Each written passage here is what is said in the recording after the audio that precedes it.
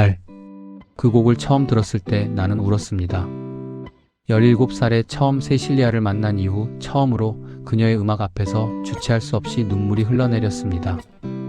그 눈물은 슬픔 때문이 아니었습니다. 그것은 일종의 해방감 아니면 깨달음에 가까웠습니다. 세실리아는 평생 한 사람을 향해 노래했습니다. 그 사람은 그 노래를 듣지 못했습니다.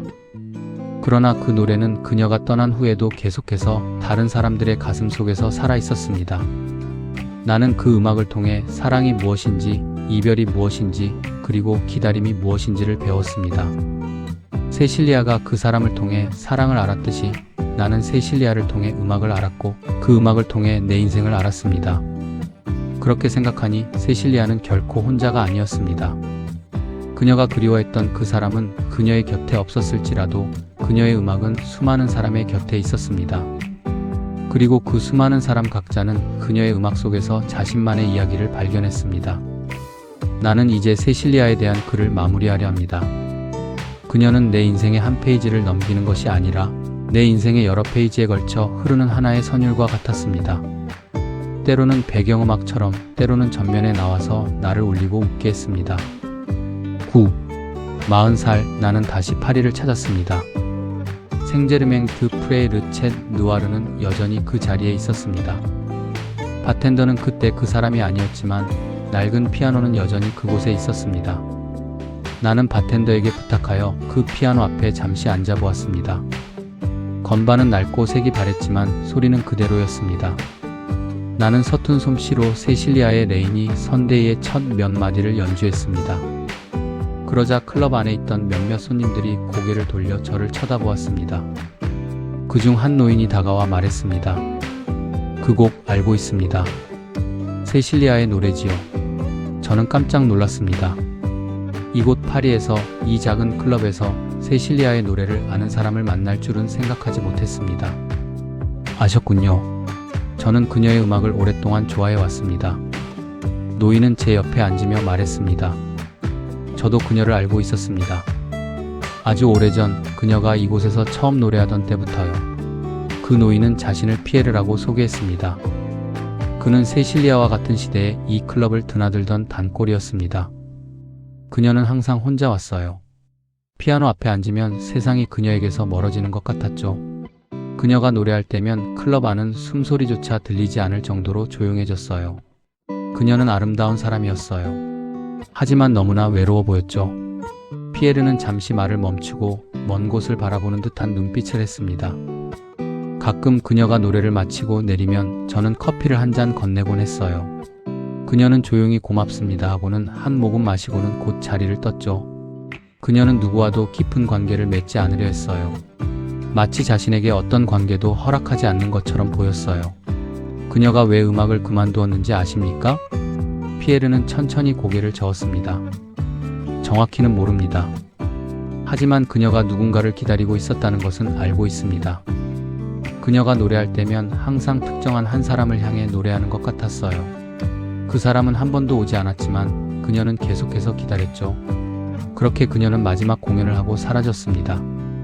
저는 피에르에게 세실리아의 마지막 일기 내용을 이야기해 주었습니다. 그녀가 마지막 공연에서 그 사람을 위해 노래했다는 것, 그리고 그 사람은 오지 않았다는 것. 피에르는 오랫동안 말이 없었습니다. 그러고는 작은 목소리로 중얼거렸습니다. 포브 세실리아, 엘 레메트로, 불쌍한 세실리아. 그녀는 너무 사랑했어요. 10. 파리에서 돌아온 후 나는 세실리아의 미발매 곡들을 정리하기 시작했습니다.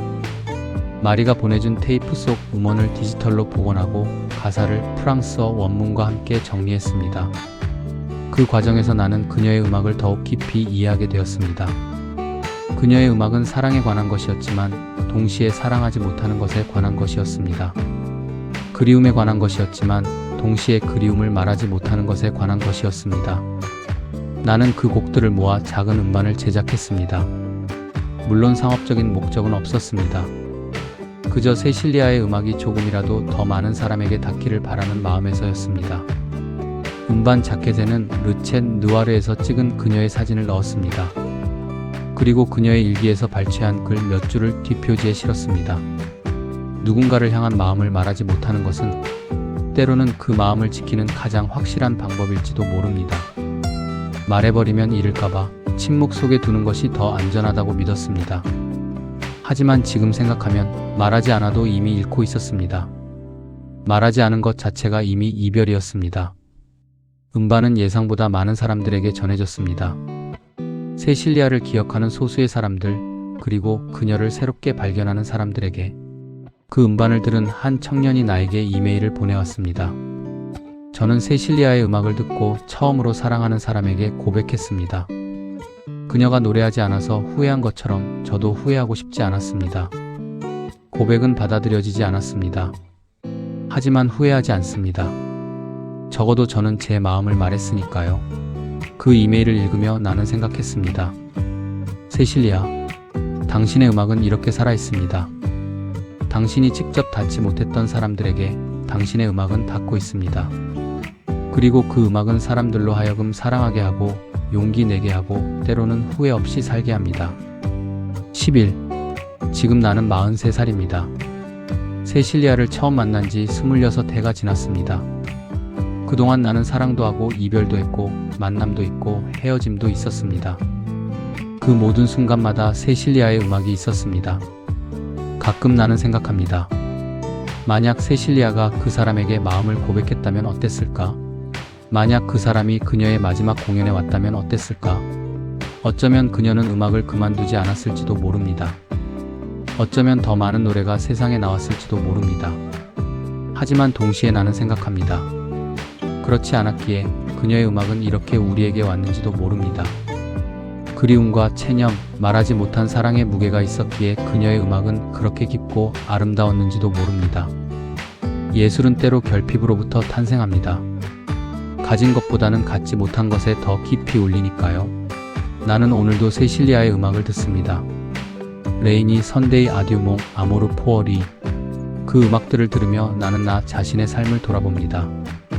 내가 사랑하고 사랑받지 못했던 순간들, 내가 말하지 못했던 그 수많은 말들, 내가 놓쳐버린 수많은 순간들, 그리고 나는 다짐합니다. 이제는 말하겠다고. 사랑한다면 사랑한다고, 미안하다면 미안하다고, 보고 싶다면 보고 싶다고, 세실리아처럼 침묵 속에 마음을 묻어두지 않겠다고. 왜냐하면 나는 세실리아를 통해 배웠기 때문입니다. 말하지 않은 사랑은 영원히 말하지 않은 채로 남는다는 것을, 그리고 그 침묵은 때로 우리의 삶을 너무나 외롭게 만든다는 것을. 12. 이 글을 쓰는 지금 창밖에는 비가 내리고 있습니다. 17살에 처음 세실리아를 들었던 그 가을날처럼, 25세 첫사랑과 헤어지던 그 밤처럼, 33세 결혼식을 올리던 그 봄날처럼 비는 오늘도 내리고 있습니다. 그리고 내 귀에는 세실리아의 목소리가 흐릅니다. 비오는 일요일 창밖을 보니 아무도 없네. 나만 남았네. 그대여 지금 어디 있나요? 나를 두고 떠난 그날처럼 오늘도 비가 내리네요. 하지만 이제는 알겠어요. 비는 내리기 위해 내리는 것이 아니라 모든 것을 씻어내기 위해 내리는 것임을. 그대를 보내고 나를 남겨둔 이 비가 이제는 나를 적시며 말하네요. 살아라. 아파도 살아라.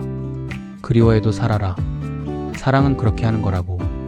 비는 내리고 나는 여기 서 있네. 다시 한번 사랑하기 위해. 이것은 내가 후일에 추가한 가사입니다. 세실리아의 원곡에는 없는 내가 상상으로 덧붙인 마지막 구절입니다. 세실리아는 그렇게 노래하지 않았습니다. 하지만 나는 그렇게 듣고 싶었습니다. 그녀가 마지막에 결국에는 사랑을 다시 믿게 되었다고. 비가 그치고 나면 무지개가 뜨는 것처럼 이별이 지나고 나면 새로운 사랑이 온다고. 오, 세실리아. 당신은 모르겠지요. 당신이 남긴 음악이 얼마나 많은 사람의 삶에 스며들었는지. 당신이 알지 못하는 이 세상 어딘가에서 당신의 노래를 들으며 누군가가 사랑을 배우고 이별을 견디고 다시 일어서고 있다는 것을. 당신의 음악은 당신이 원했던 그 사람에게는 닿지 못했을지 모릅니다. 그러나 당신이 상상하지 못했던 수많은 사람들에게 닿았습니다. 그리고 그 사람들의 가슴 속에서 당신의 음악은 여전히 살아 숨쉬고 있습니다. 당신이 꿈꾸던 사랑은 이루어지지 않았을지라도 당신이 음악으로 남긴 사랑은 이렇게 계속되고 있습니다. 그것이 아마도 예술이 우리에게 주는 가장 큰 위로일 것입니다. 우리가 직접 경험하지 못한 것, 직접 말하지 못한 것들을 대신 경험하고 대신 말해주는 것. 오, 세실리아. 당신의 이름을 처음 들었던 그날부터 지금까지 나는 당신의 음악 속에서 살아왔습니다. 그리고 앞으로도 그럴 것입니다. 당신의 음악이 있는 한 나는 당신을 기억할 것입니다. 당신의 음악을 통해 내가 누구였는지, 내가 무엇을 사랑했는지, 내가 어떻게 살아왔는지를 기억할 것입니다. 비가 그치면 언젠가 우리 모두 그랬듯 새로운 날이 올 것입니다. 그날까지 나는 당신의 음악을 들으며 살아가겠습니다. 내가 만난 모든 이별과 만남을, 모든 슬픔과 기쁨을 당신의 음악과 함께 간직하며 고맙습니다, 세실리아. 당신이 노래해 주어서 당신이 비록 그 사람에게 닿지 못했더라도 나에게는 닿았습니다. 그리고 그 사실 하나만으로도 나의 인생은 충분히 의미 있었습니다.